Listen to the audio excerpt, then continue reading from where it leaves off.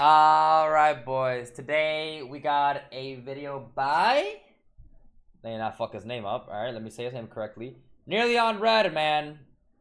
Nearly on Red. Nearly on Red here has a video of ReZero written in the stars ? So people recommended me him for checking out the stars, man. Y'all know we on some schizo shit. We on some schizo ass shit for the stars, bro. If y'all know, man, you know. Not gonna lie. Also, Pleiades was also mentioned in the recent episode of ReZero, bro. The Pleiades Watchtower. The Pleiades Watchtower. I don't know what the fuck they got the Subaru Watchtower, but let's get into it, man. Let's see what we got today, bro. Early in the story of ReZero, our main character Subaru will discover that the fantasy world he has been summoned into will diverge in some key ways from his isekai genre expectations. Yes. It is not simply a feudal version of Earth with magic and demi-humans tossed in for good measure. In fact, other than speaking patterns and some manners of attire, there is little similarity between the world from which he came and the one he now inhabits. However, there is a pattern which seems to deliberately invoke references from our world, and that is an association between ReZero characters and celestial entities.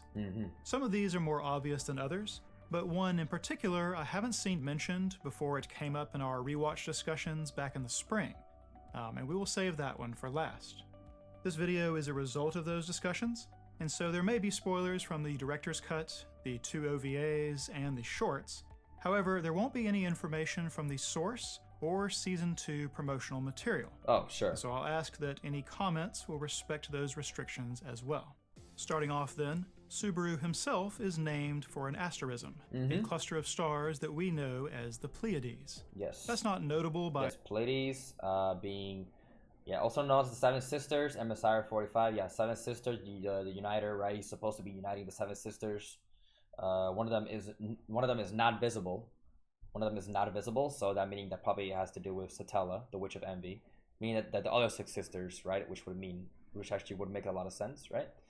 An open star cluster containing middle-age hot B type stars in the north of the constellation Taurus. It is among the star clusters nearest to Earth. There's a cluster. Okay, I got you. Okay. Pleiades.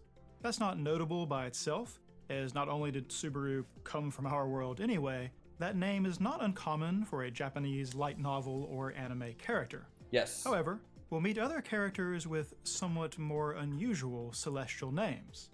Most memorable is Betelgeuse, our Sin Archbishop of Sloth, who is the major antagonist for the second half of Season 1. Betelgeuse is a well-known star in our world, one of the brightest in the night sky, and one of the largest that can be seen with the naked eye. It is part of the Orion constellation, and its name is Arabic in origin. The star Arabic in origin? Let me hear that again. Sorry, let me hear this again. What do you say about the closeness? Betelgeuse is a well-known star in our world, one of the brightest in the night sky, One of the brightest in the night sky, and one of the largest that can be seen with the naked eye. and one of the largest you can see with the naked eye. Okay, interesting. It is part of the Orion constellation, and its name is Arabic in origin.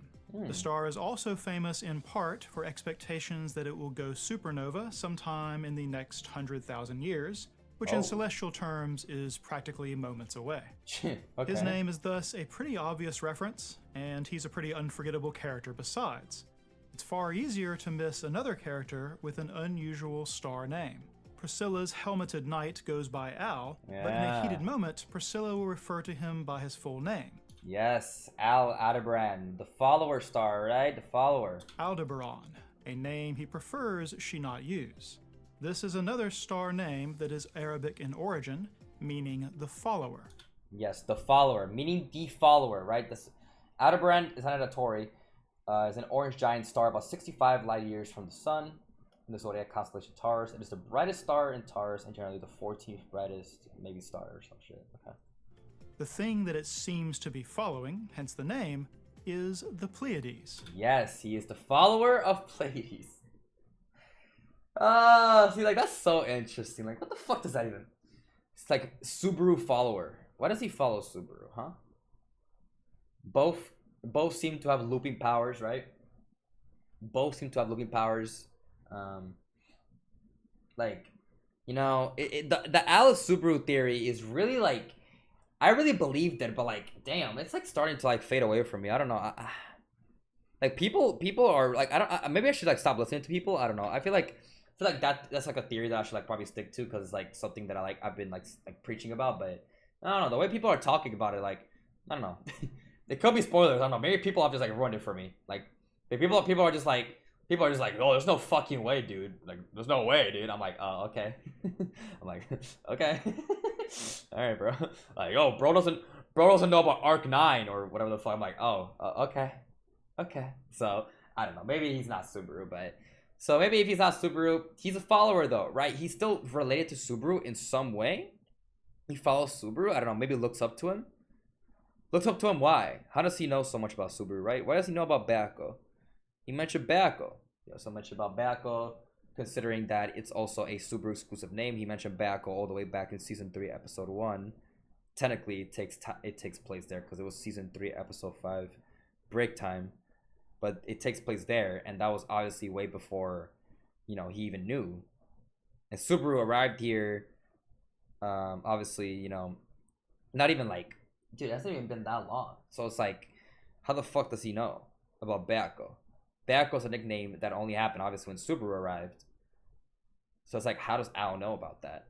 Al wasn't in the library. He's not at the Roswell Mansion. He's not our buddy. Betty didn't leave the library till literally the end of season 2. You know what I mean? So it's like, I don't know exactly what the fuck, like, he could just be a Subaru fan, Subaru follower. Maybe he looks up to Subaru because Subaru's that guy, I don't know, it's weird. Yeah, it's Subaru knows Al knows too by some sort of connection, yeah. He has to know Ram, yeah. Also the whole, also, of course, the whole fucking Witch Code Translations is so sus. That fucking episode 16 cut content. Like, what the fuck is that supposed to mean too? You know what I mean? Everything we've talked about at this point. We've talked about this many times, but it's still so, like, obviously, like, follower star. Like, why is he following Subaru? That's the main thing about it. That is, Aldebaran is a follower of Subaru. They are even both in the same constellation, Taurus. Yeah, same constellation, Taurus. Same constellation. You could also kind of make that like correlation, like same constellation, because like same place. They're both from Japan. Like, I don't know if that's like a correct correlation. That probably like makes no sense, but that's kind of like what I'm thinking. Like, same constellation, same place. Maybe same place like Japan. Could be something like that. Let's look at how close together these three references are in the night sky. Betelgeuse, Aldebaran, and the Pleiades, that is, Subaru, are all bright objects and are very nearly all in a line. Interesting. Yeah, Pleiades here, Aldebaran here. Aldebaran, the follower star, right? Follower right here. Betelgeuse, right here. Yeah, don't worry, I see Capella. I'm getting to her. Prakia. Have we seen anyone related to this name? I don't think so, right? Prakia. Lower Sword is an interesting name too. Sirius, right? This is covered by the web.org thing here. Yeah, Sirius is here. Capella, all the way up here. Why is Capella up here though? She's like here, but like she's like very far up. Capella. I don't really see a correlation. The only correlation I see is like the whole Rem thing of putting the dragon blood, right? But like Rem obviously isn't here, so I don't really get it. It could be the correlation. I don't know. She's very far though, so maybe that's why. I mean, not really that far, but you know what I mean. Like, I don't know. The only thing I can really think of is just like I can only connect it to like the whole like Ram thing, like the whole Dragon Blood thing of like because like Ram and Subaru, but that's probably too far fetched. I think that's too much. That's too much of a stretch. I don't know. I don't really know the correlation there, but Aldebaran for sure though, right? Follower star makes so much sense. I just don't. The only thing that doesn't make sense is like why and how and who he is and why he follows Subaru. Like In many could be something like Japan. Who knows? But like just because it's Japan, but. Popular representations, the two constellations they belong to, Orion the Hunter and Taurus the Bull, are presented as though they are facing off against one another, as Subaru and Betelgeuse certainly did in Season 1. Oh, interesting. Run that back. Orion the Hunter and Taurus the Bull are presented as though they are facing off against one another. Interesting. Yeah, Subaru. That's that's so cool. Yeah, Subaru and Petuki going up against each other, bro. What the fuck? as Subaru and Betelgeuse certainly did in Season 1. And also, if we go back here, let's go back a little bit here. Rigel mentioned from Slafif, like what? Rigel, like what? Scythe? You know what this is? You know what this is? Scythe? Scythe? I don't know. I actually don't know. Orion Nebula, lower sword. Al Nilam, Petuki, of course. Okay, interesting. They are facing off against one another, as Subaru and Betelgeuse certainly did in Season 1. If we look around this part of the astral neighborhood a bit, we might find even more such parallels. Right next to Orion is the constellation Gemini, otherwise known as the Twins. The Gemini, the Twins. Okay. Capella, look at Capella over here. It's throwing me off. Dude, Capella's just there. That's why it's like throwing me off. Like, what the fuck? I would love to correlate it somehow, but I just can't. Otherwise known as the Twins. We have a rather prominent set of twins in RE0, of course, our Oni maids, Ram and Rem. What's more, they are special among the Oni due to being twins, as it results in them having been born with only one horn. Well, right next door on the other side of Orion is Monoceros, the unicorn, a being notable for having a single prominent horn. Oh. I was wondering if there was like any correlation to like Ram or something, but like Rem and Ram, right? Oh, okay. I was wondering if we were ever gonna get some like Ram and Ram stuff, huh? There it is. Also, interesting how Subaru knows about all this too, huh? What the fuck?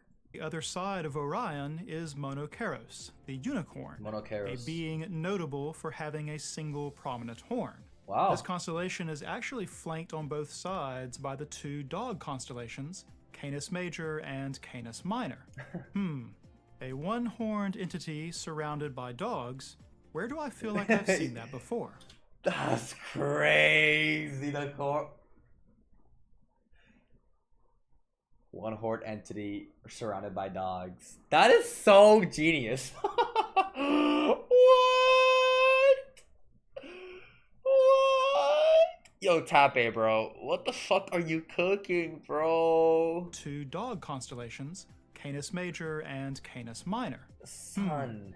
A one-horned entity surrounded by dogs? Where do I feel like I've seen that before? And in case you're wondering, those four constellations all have different names in Japanese, but those names mean the same thing.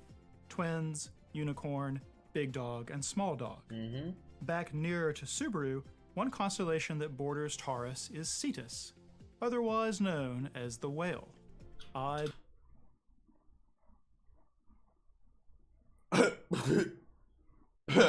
Brother, what the fuck? This is blowing my fucking mind. What? Back nearer to Subaru, one constellation that borders Taurus is Cetus, otherwise known as the Whale. I do believe we've seen a whale in our series. In the other direction, we have Auriga, which means charioteer for us in the West. However, the Japanese name for this constellation means a coachman.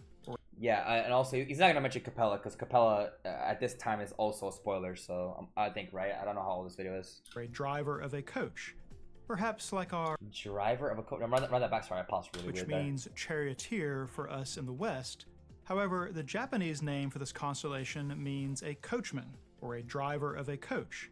Perhaps like our unlucky friend Oto. Wow. If you keep going that direction, above both Auriga and Gemini, you will find the constellation of the Lynx, a big cat. Wow. Tape, man. Like, how do you... Bro looked at the stars and said, he literally looked at the stars and said, yes, I'm going to make a plot of... The plot of my next series. Why did I say series? Series. It's going to be based on the constellations. I got it. Stars. Easy. Of the Lynx, a big cat. You know, a big cat. Of course, Puck's name itself exists in the sky, as the moons of Uranus are mostly named after Shakespearean characters. Now, this video and the others released this week are in anticipation of Season 2, a way to build excitement for our live and immediate coverage of the new episodes. Considering the pattern so far, should we look to the sky for some events that might occur in the upcoming months? Sure, go ahead. This is like Season 1 stuff, right? And like they were like even saying Season 2 spoilers. Yo, go ahead with everything, bro. Is the story written in the stars? There is a lot of mass speculating potential there, but there is only one that I want to take note of, something I discovered completely by accident earlier this year. Oh? In April, the constellation Pleiades, Subaru, was transited by one of the planets.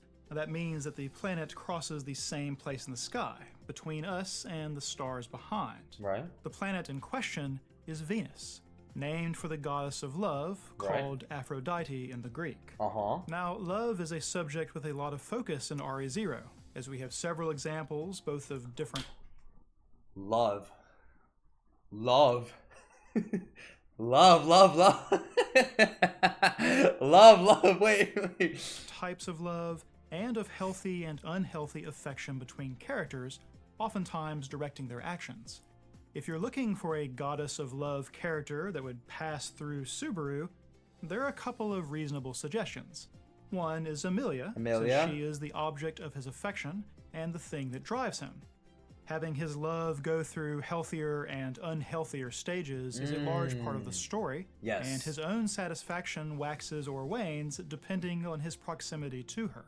But another possible candidate is Satila. We don't yet know the association between Satila and Amelia. Some link exists, but it's still mysterious.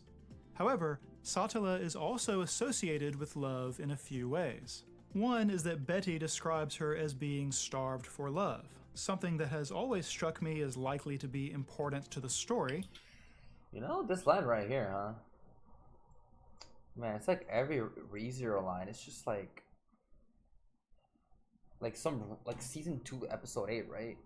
Or Season 1, Episode 8, my bad. It said that she was starved for love.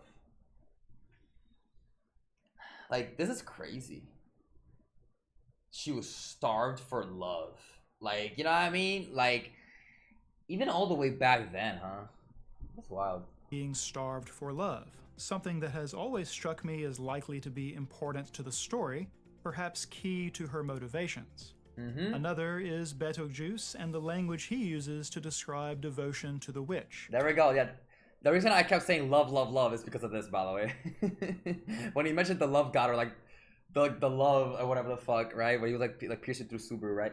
Like, I'm not gonna lie, I was instantly thinking of this, bro. The fucking love span from Betelgeuse here. He'll welcome Subaru as a believer in love, will claim that his gospel tells of Satila's love, and will attribute a litany of types of love to her while possessing Subaru. Yes. Satila is also quite strongly associated with Subaru, in close enough proximity to get her witch's stank all over him and whisper in his ear or crush his heart. Yep. In another video, I talked about the prominence of appas and the symbolic significance of apples in our world. Is that the what y'all talking about? Is that the video y'all talking about? Well, apples were strongly associated with Venus. If we accept them as a symbol of temptation, and accept that Venus is representative of Satila or Amelia as well, then this transit starts to look even more like part of a pattern. Yo, go back. No, let me lock in. With Venus. If we accept them as a symbol of prominence of appas and the symbolic significance of apples in our world, well, apples were strongly associated with Venus. If we accept them as a symbol of temptation, and accept that Venus is representative of Satila or Amelia as well, then this transit starts to look even more like part of a pattern. Tabe, what? Yo, Tabe. Somebody give Tabe a gold medal. And there's more. Venus makes its transit through Subaru in early April, as you can see here while I advance the days. It might be worth mentioning that Subaru's birthday is supposed to be April 1st, but there is some other significance to April, specifically April of 2020. See, Venus does not make this transit every year. If I back the years up, you can see that the part of the sky it crosses will vary depending on the position of its and Earth's orbits. Oh. The significance of April 2020 is as the month the director's cut rebroadcast of Season 1 actually ended, and had the pandemic not delayed things, Season 2 would have begun immediately afterwards. Oh, so that's the shit that happened? Oh, fuck. That's so sad. Damn. Coincidence? Possibly. But like I said, the transit doesn't happen every year. True. Dude, the whole fucking, you know, the whole, like, Season 2 production issues is so sad, though. I'm not gonna lie. That sucks. To find the previous transit, we must back all the way up to 2012, as it happens in 8-year cycles. Is there any significance to April of 2012? Only in the sense that the source material was first released on that month in that year.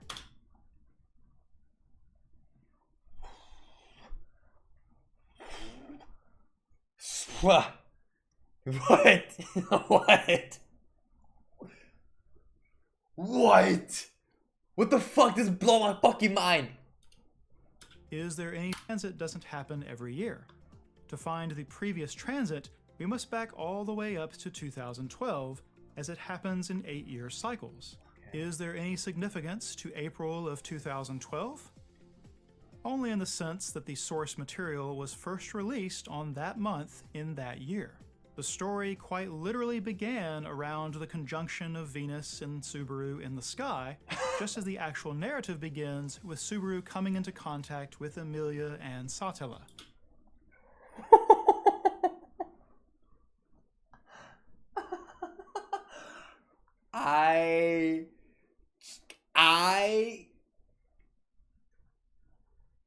I cannot believe this shit, dude. This is blowing my fucking mind. Nearly red cooking. Yo, he right now is blowing my fucking mind. Like he really cooked here. Someone cooked here, and it was him. The meaning behind the name of the Subaru constellation may have relevance here as well. In the West, the Pleiades is the name given to 7 sisters of Greek mythology, yes. And in some versions, one of them becomes mortal and fades away, leaving the 6 most prominent stars in the cluster. Yeah, coincidence? I think not. One of them becomes mortal and fades away. It's like the 6 most prominent ones stay in the circle, huh? Interesting, huh? Interesting. It's almost like one of them got sealed the fuck away. We, of course, have a situation in our series with 7 deadly sins, but also related groups of 6. Yes. The 6 witches that Satella devoured, or the 6 sin archbishops that 6 witches, sin archbishops, 6 witch factors. Like, might as well just, like, god damn, bro. Like, fucking hell, dude. How much 6 do we got, bro? Subaru could perhaps become part of.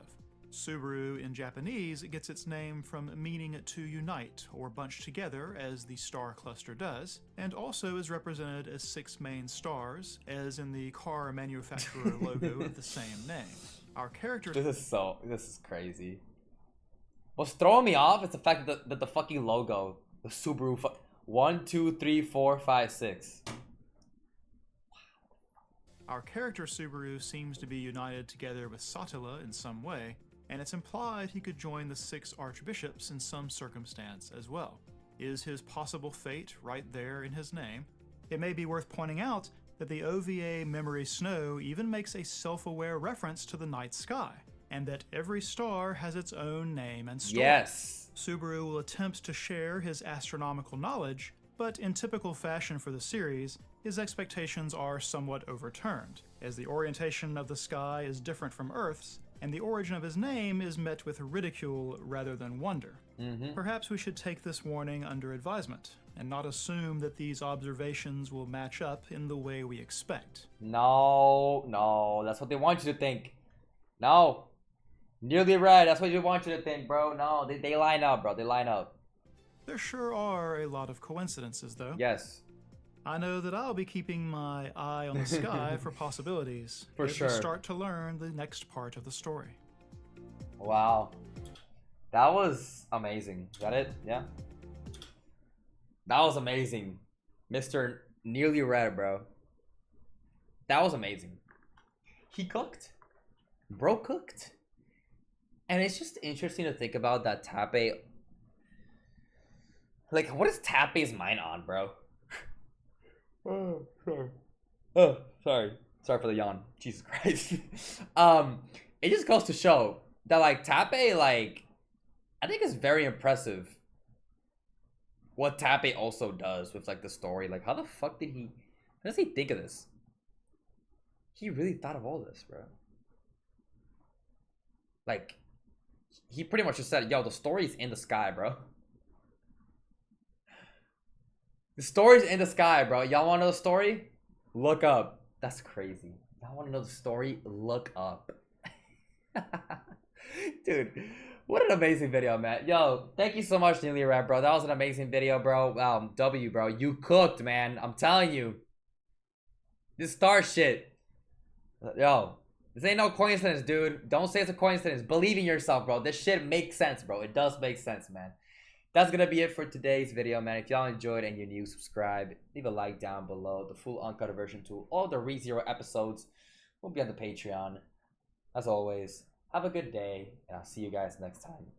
Next time. Did y'all hear that voice crack? Wow. See you guys.